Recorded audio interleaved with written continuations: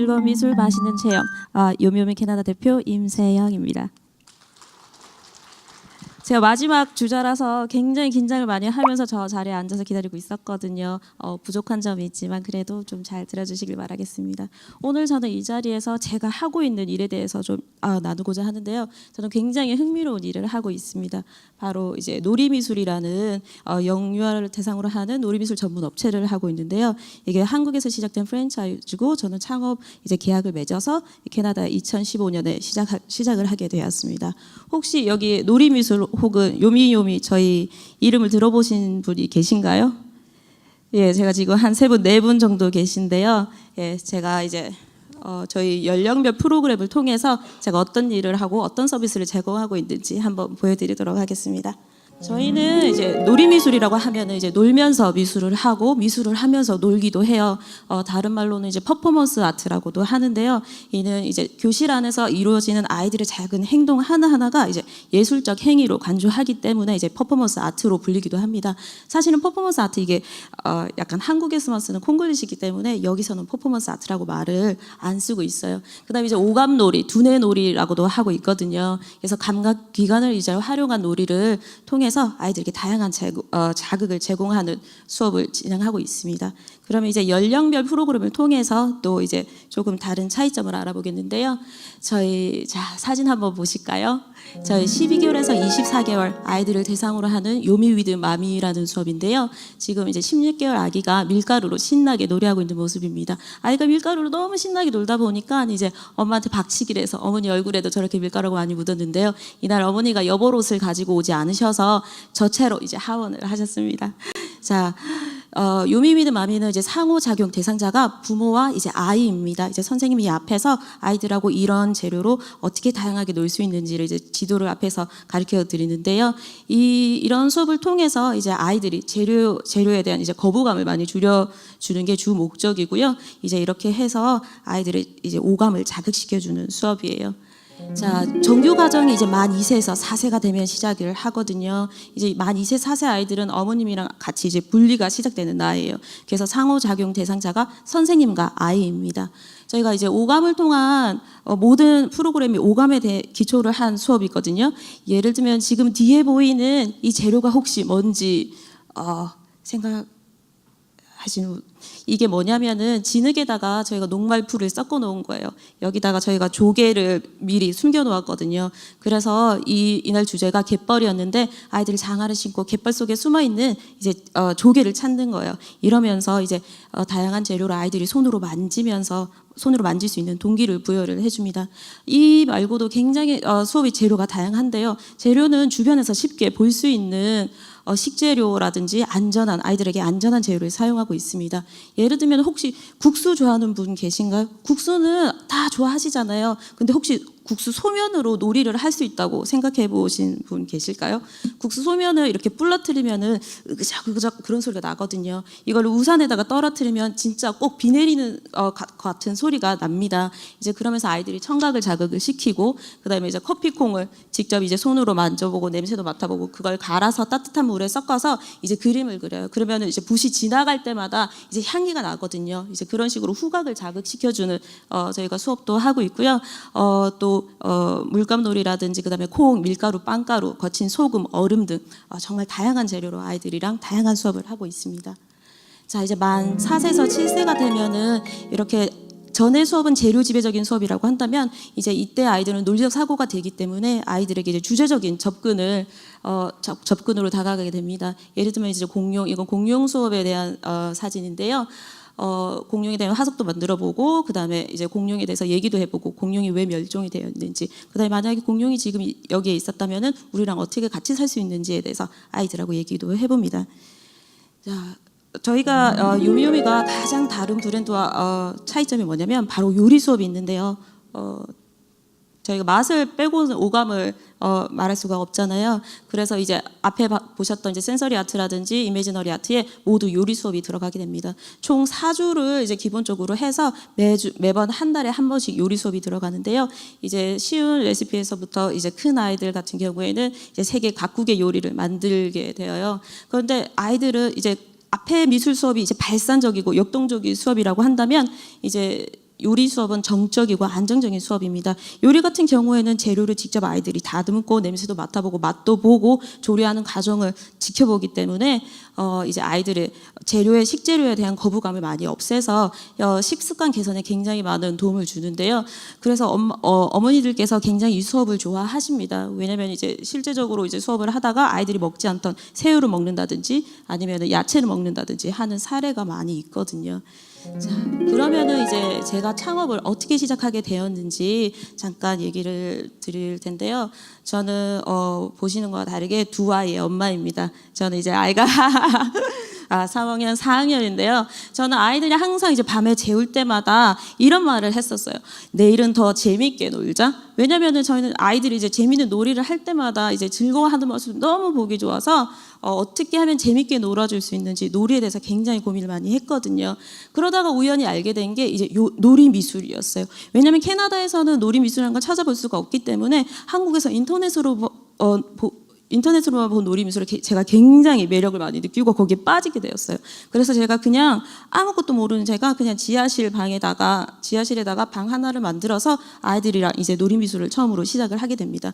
그런데 제 친구한테 말했더니 친구가 학생들 4명을 끌고 왔어요. 아무것도 홍보도 안 했는데 그만큼 어머니들이 이제 이런 수업에 대해서 굉장히 굶주려 하셨던 것 같아요. 그래서 이제 생각만 하다가 이제 한국에 가서 아이들을 직접 놀이 미술 전문 업체에 보내게 됩니다. 저는 너무너무 재미있었어요. 매번 갈 때마다 아이들이 온몸에 물감을 묻히고 그다음에 사용하는 재료들을 보면서 어떻게 이런 방법으로 이런 재료들로 아이들이랑 놀아줄 수 있지? 이제 이런 생각을 했거든요.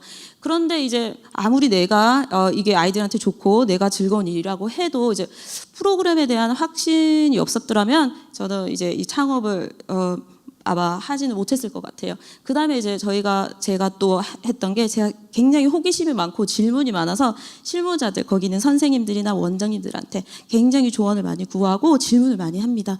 그런데 거기서도 이제 세 번째 마지막으로 확신을 할 수 있었던 게 뭐냐면 이 프로그램이 정말 아이들한테 좋다는 거였거든요.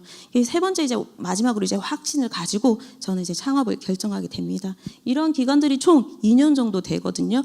결코 짧지 않는 시간이었어요. 왜냐하면 저는 이제 두 아이의 엄마였고 시간이랑 이제 이런 것들을 굉장히 많이 생각을 해야 됐기 때문에 그런데 이제 놀이미술에 대한 제 열정이 아마도 이제 이런 위험 부담감보다 더 컸었던 것 같아요.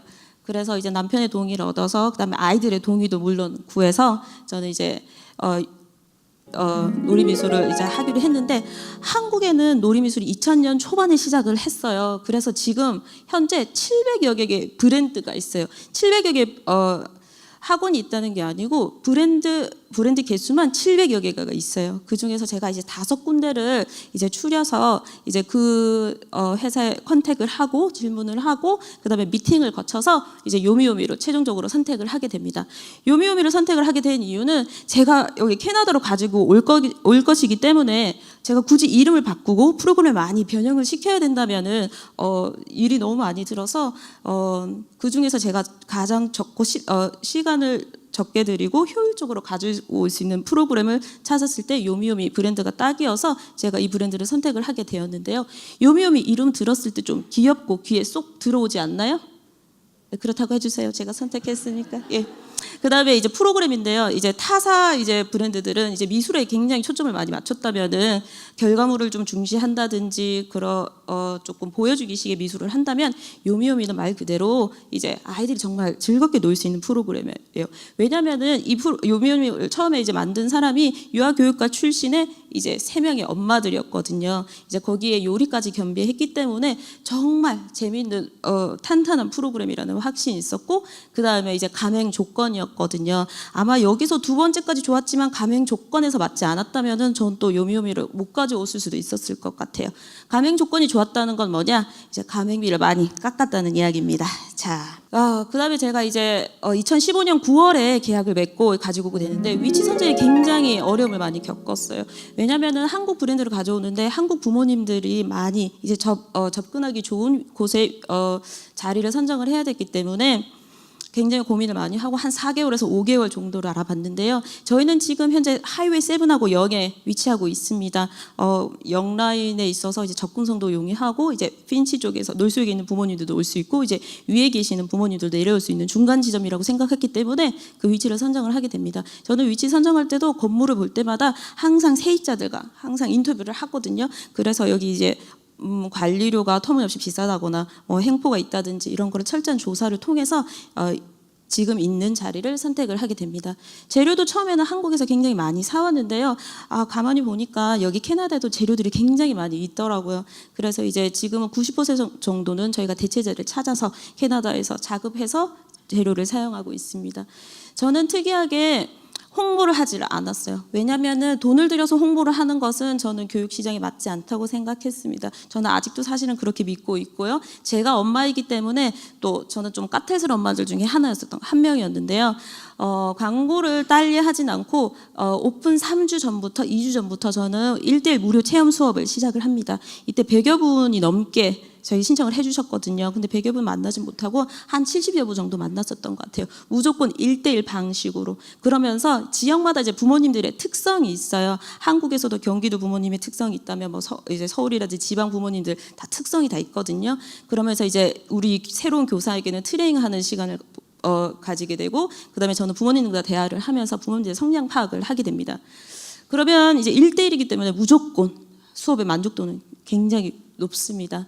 이제 그렇게 해서 저희가 4월 2일에 오픈을 하게 되는데요. 2016년 4월 2일 토요일에 오픈식을 하게 되는데 저희가 개업떡을 저희가 그냥 100여 개만 준비를 했거든요. 1시간도 안 돼서 100여 개의 떡이 다 동이 났어요. 그날 한 200여 명의 어머니들이 오신 것 같아요. 저는 캐나다에 이렇게 많은 한국 어머니들이 계신지 몰랐는데 그날 정말 많이 오셨어요. 제가 지명 광고라든지 인터넷 광고도 한 개도 안 했는데 그렇게 많은 분이 오실 수 있던 이유는 저희가 잘해서가 아니라 어머니들이 그만큼 놀이미술에 대한 열망이 굉장히 많이 있었다는 거였거든요. 그래서 저는 여기에서 그날 확신합니다. 야, 잘 되겠다. 대박이다. 자, 그날 어머니들이 40분이 그때 레지스트레이션 다 해주셨어요. 40명으로 정말 운이 좋게 수업을 시작을 하게 되었는데요.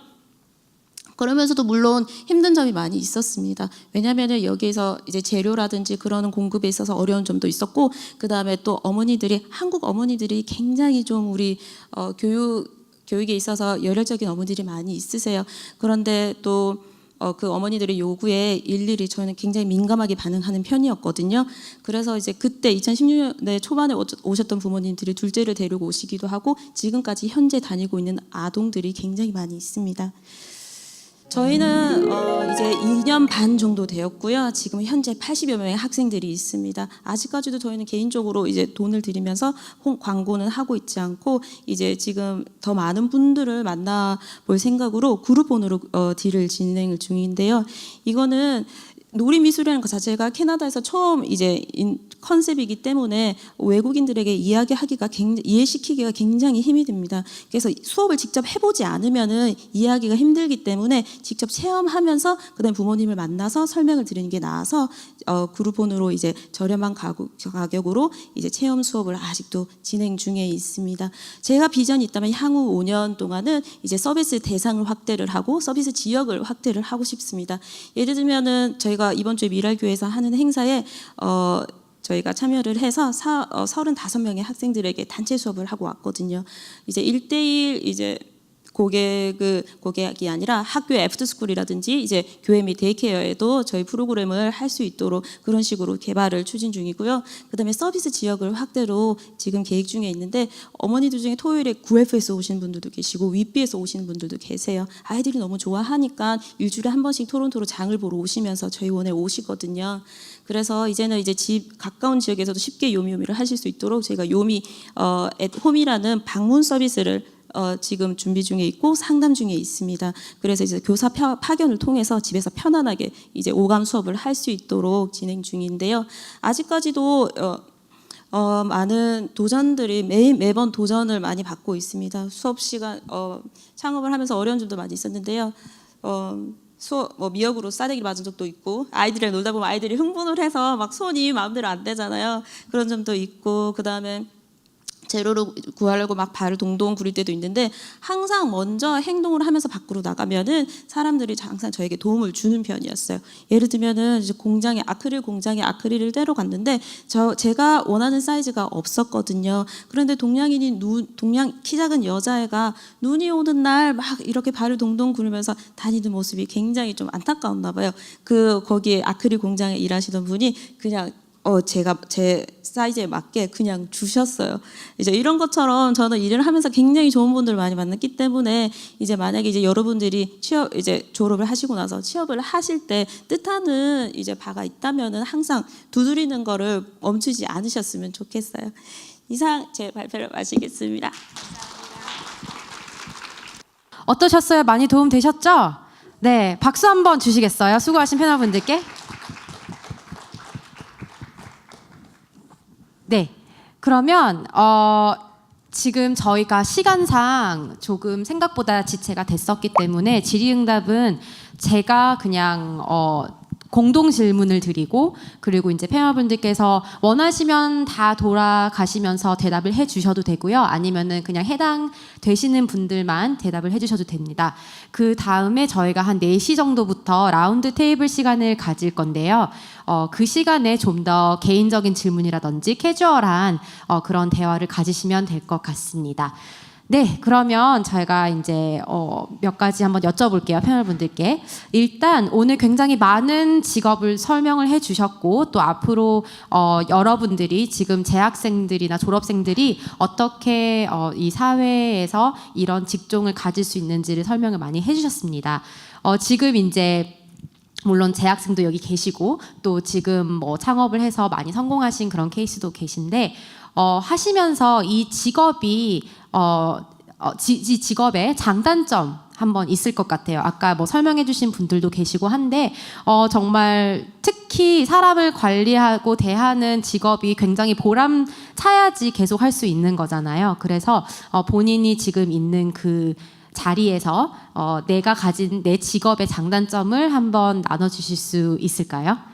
네. 제 직업의 장단점이라 한다면 아이들이 매번 이제 아이들이 굉장히 즐거워하는 모습을 볼 수 있다는 겁니다. 아이들이 올 때마다 정말 환하게 웃으면서 오거든요. 그게 일하는 기쁨 중에 제일 크고 보람이 있는 부분입니다.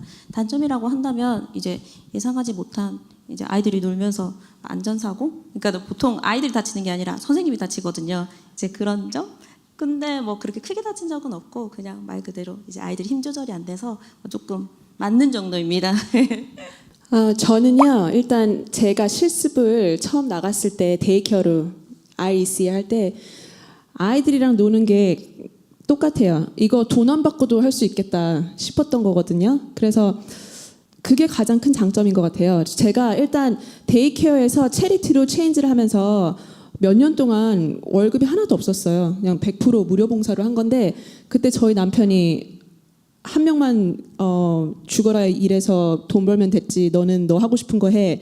그래서 제가 정말 용기를 내고 선택한 거거든요. 그래서 저는 가장 큰 장점은 아이를 좋아하는 사람으로서 아이들과 함께 있을 수 있는 거. 그리고 지금 체리티를 하면서는 가장 되게 리워딩한 거. 제가 항상 부모님들을 만나고 아이들을 도와주면서 내가 정말 의미 있는 일을 하고 있구나. 그걸 항상 매일매일 느끼기 때문에 가장 큰 장점인 것 같고요. 단점은 모르겠어요. 챌린지, 조금 힘든 거. 부모를 상담하면서 아픈 아이들을 만나는 거. 그게 가슴이 아픈 게 힘든 일이고. 지금 그 체리티 서비스 디렉터로서는 펀딩이나 저희는 펀딩이 굉장히 중요해요. 돈이 많아야 많은 아이들을 도와줄 수 있잖아요. 그래서 저는 그 체리티를 운영도 하지만 밖에 나가서 사람들과 네트워킹을 하고 그리고 제가 말씀드렸다시피 제가 뭐 영어를 너무 잘하는 건 아니기 때문에 말빨로 외국인들과 함께 싸워서 돈을 벌어야 된다는 그 압박감과 그리고 부모님 상담 그리고 아까 말씀하신 것처럼 저희는 특별히 더 비헤이비어 많은 아이들이 많잖아요. 그래가지고 뭐 저희가 뭐 구타를 당할 때도 있고 그런 일들이 있습니다. 네, 저는 아직 재학생이다 보니까 구체적으로 뭐 어디에서 일해서 어떤 점이 좋다 안 좋다 이런 말씀을 드리기보다는 그냥 이제 저는 앞으로 그 built environment 그 환경이 있으면 저희는 그 환경에 건물을 짓고 뭐 다리를 만들고 도로를 만들고 이런 것들을 하는 직업이잖아요. 그래서 굉장히 보람을 느껴요. 왜냐하면 지역과 지역을 연결하고 그다음에 사회와 사회를 연결하고 나라와 나라를 연결시키고 결국 사회 기반 시설이 없으면 결국 돌아가는 게 아무것도 없다고 생각을 하거든요. 뭐 여러 가지 결국 사람은 건물 안에서 생활하고 밖에서도 생활하고 그래서 제가 느끼는 점은 이 built environment에서 일하는 거는 상당히 흥분되고 보람되는 일이라고 생각을 하고요. 단점은 뭐 여자로서에서 단점을 얘기한다면 이 built environment에서 일한다는 거는 여자도 그 필드에서 일할 수 있다는 거를 참 보여주고 싶은데 조금 꺼려하는 경향이 있는 것 같아요. 그래서 그 점에 대해서는 제가 아무래도 개인적으로 좀 더 노력을 해야 되는 부분인 것 같고요. 네. 이제 저는 이제 어르신들하고 일을 하다 보니까 어르신들이 이제 삶의 연륜이 있으시다 보니까 제가 어떤 일을 해도 감사해 해주세요. 그래서 저는 돈을 받고 일하는데 감사하다고 항상 듣는 게 너무나 이 직업의 장점인 것 같고 또 기억력이 좋으실 때 이제 삶에 대한 조언을 많이 들을 수 있는 이제 그런 게 있는데 저는 그게 너무나 저한테 큰 거라고 생각을 해서 그런 것들이 장점인 것 같아요. 그리고 단점이라면 이제 저희도 어르신들이 비헤이비어가 있으시기 때문에 아무리 계획 같은 거를 프로그램을 짜도 변수가 항상 있고 이제 또 사람을 대하다 보니까 말투라던가 행동을 좀 잘못하면 이제 컴플레인이 들어온다던가 이제 이런 것들에 대해 예민해져야 하는 것들이 조금 힘든 것 같습니다. 저 같은 경우는 이제 학교에서 일하는데 학교에서 일하다 보면 솔직히 장점이 굉장히 많거든요. 이게 속세적인 거라기보다는 일단 제가 일하는 시간은 7시 50분에 시작해서 2시 50분이면 저는 끝나요. 그러니까 저녁 시간은 제가 마음껏 쓸 수 있는 거죠. 그게 가장 좋고요. 그리고 뭐 이제 정규직이기 때문에 거기에서 오는 샐러리나 그런 것도 좋고, 그다음에 베네핏 그렇게 막 좋다고는 하지 않지만 제가 혼자 살고 만약에 가정을 가지고 있을 때는 충분히 헬스 베네핏을 받을 수 있기 때문에 그게 굉장히 좋아요. 근데 그것보다 더 좋은 건 제 직장에 대한 인식이 많이 바뀌었거든요. 예전에 데이케어에서 일하거나 비포 앤 애프터 케어에서 일할 때 맨날 듣던 말이 너 낸이구나, 너 데이케어 하는 사람이구나. 되게 굉장히 낮게 봤어요. 그리고 이번에 저는 한국에서 부모님한테 처음에 이 일을 한다고 말했을 때조차도 부모님이 굉장히 반대를 많이 하셨거든요. 그래서 저는 3개월 동안 부모님하고 싸웠어요. 난 이 일을 가고 싶어서 이 일을 하고 싶다.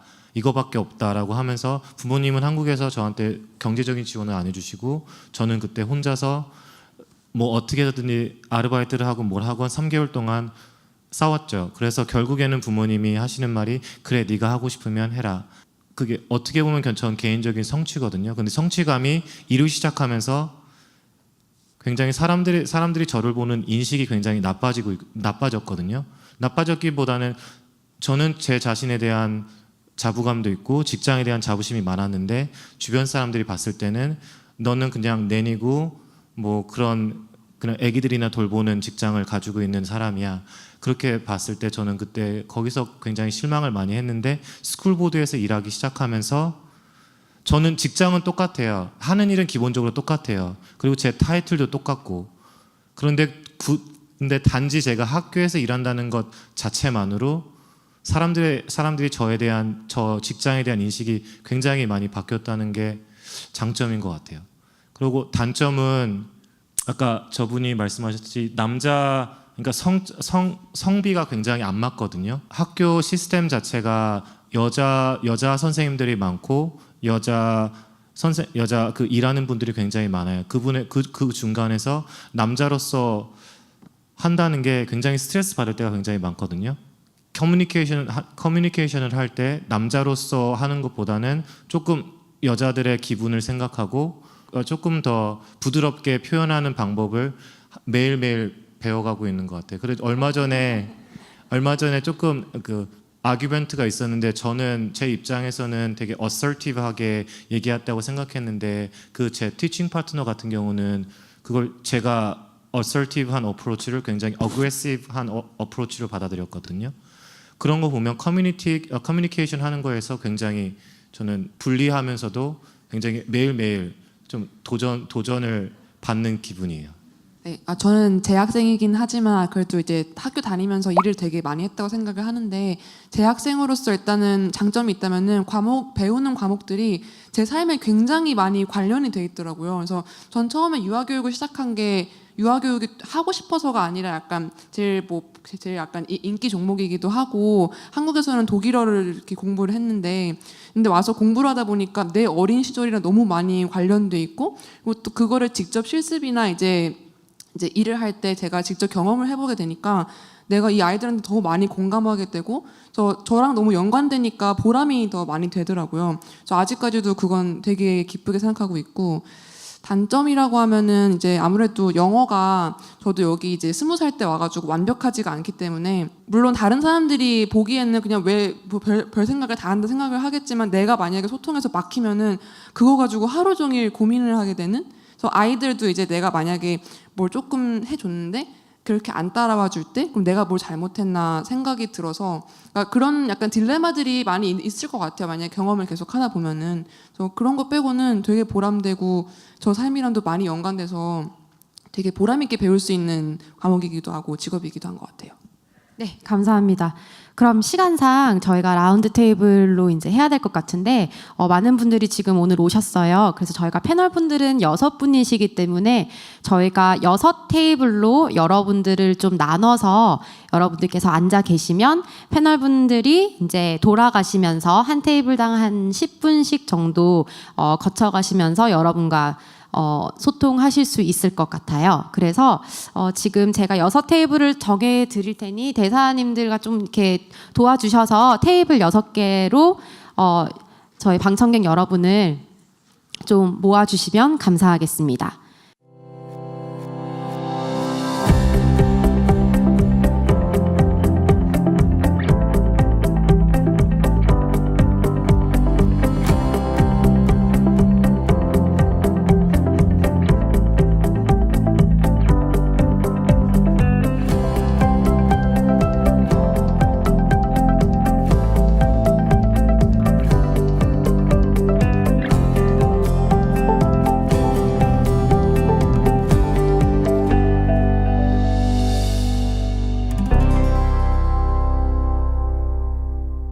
네, 감사합니다.